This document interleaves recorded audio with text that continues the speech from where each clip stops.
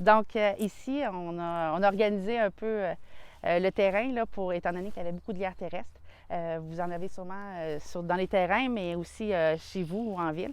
C'est une petite plante là, qu'on appelle le lierre terrestre, qui est très utilisée là, aussi là, en herboristerie. Donc, on la sèche.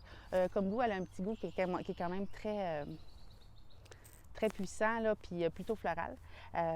Mais on l'utilise séchée là, en tisane, elle aussi.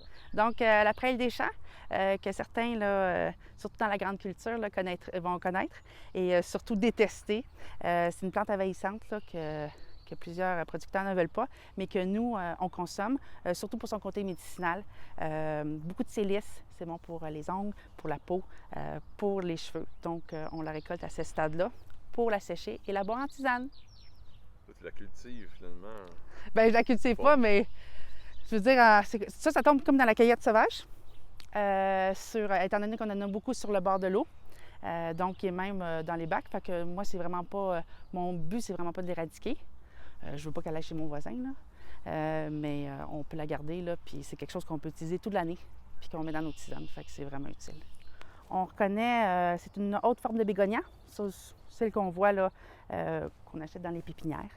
Le bégonia de cette forme-là peut être comestible là, pour tout le monde, pour toutes les sortes aussi. Ça a un goût très acidulé qui peut être très bon dans la limonade ou dans les drinks. Donc, juste le mettre par-dessus le verre là, et succès garanti. Donc, ici, c'est la camomille. On est dans la section le plus médicinale, même s'il y en a un peu partout. Ici, c'est la camomille qui s'est replantée seule, qui est déjà là, bien grande et vivante. Donc, c'est ici là, plus les petites fleurs qui ressemblent beaucoup à des marguerites, mais qui sont minuscules qu'on utilise. On récolte, on fait sécher, puis on s'en sert comme tisane là, pour la plupart des gens, là, ça sert à bien dormir. Oui. Donc, le plantain, on peut l'utiliser quand on a le temps, on fait une macération. Donc, on récolte les feuilles, on va les faire sécher. Et on le met dans l'huile, donc une huile de bonne qualité, extra vierge, puis biologique, là, c'est toujours préférable. On en met là, au moins la moitié du plat, du pot maçon, exemple. On met de l'huile.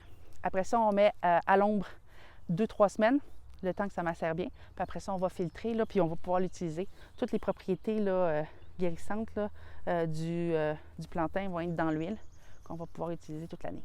Donc ici, on a une plante qui s'appelle la saponaire. C'est quelque chose c'est une plante qui est longue à s'établir, sauf qu'une fois qu'elle est là, elle est bien. C'est une plante qui sert à la fabrication de savon, entre autres, parce que lorsqu'il pleut, là, si on la touche, là, on sent un petit savon, donc une petite mousse là, qui se fait. Donc pour les gens qui connaissent ça, là, la saponification, c'est ce qui crée l'effet nettoyant du savon.